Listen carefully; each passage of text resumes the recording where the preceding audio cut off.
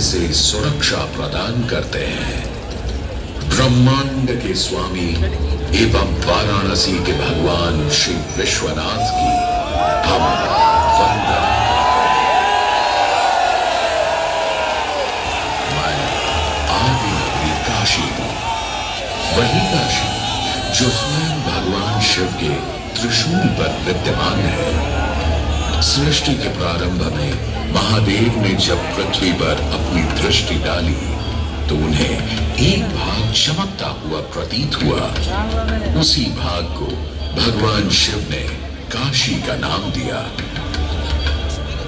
कालांतर में गंगा नदी के तट पर बसी इस काशी नगरी में समय समय पर अनेकों घाट विकसित हुए, जहां श्रद्धालु आकर पूजा अर्चना एवं स्नान किया करते थे।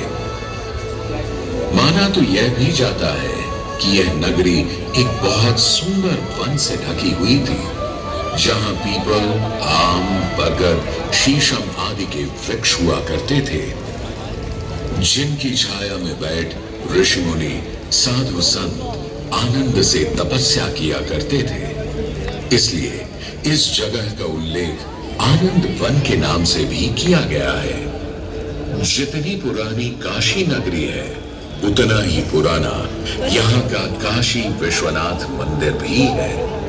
भगवान शिव को विश्वेश्वर, विश्वनाथ आदि नामों से भी संबोधित किया जाता है, जिनका अर्थ है संपूर्ण विश्व के स्वामी।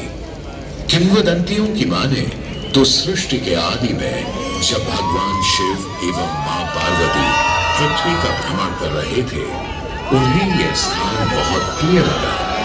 तब मां पार्वती को यहाँ कुछ समय रुकने की इच्छा हुई, तो भगवान शिव अपने लिंग रूप में यहीं स्थापित हो गए। तभी से 12 ज्योतिर्लिंगों में इस मंदिर को विश्वेश्वर मंदिर के नाम से भी जाना जाने लगा, जहां भगवान शिव और माता पार्वती सदैव वास करते हैं। सदियों से इस पवित्र नगरी ने अनेक ऋषि मुनियों, तपस्वियों, धर्म गुरुओं आदि को अपनी ओर आकर्षित किया है।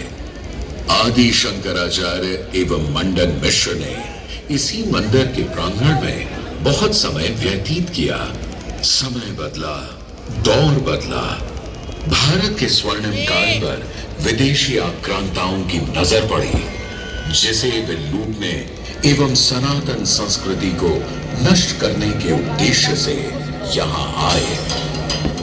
जब प्रथम बार गौरी ने आक्रमण किया, तब पृथ्वीराज चौहान ने उसे बुरी तरह पराजित किया और वचन दिया कि ऐसी गलती दोबारा कभी नहीं होगी। अतः पृथ्वीराज चौहान ने उसे छोड़ दिया। संभवतः यह एक दुर्भाग्यपूर्ण निर्णय था, क्योंकि अंततः गौरी ने पृथ्वीराज चौहान को धोखे से हराया। तत्पश्चात उनके साथ बहुत बुरा व्यवहार किया तथा उनकी दोनों आंखें भी निकाल दी।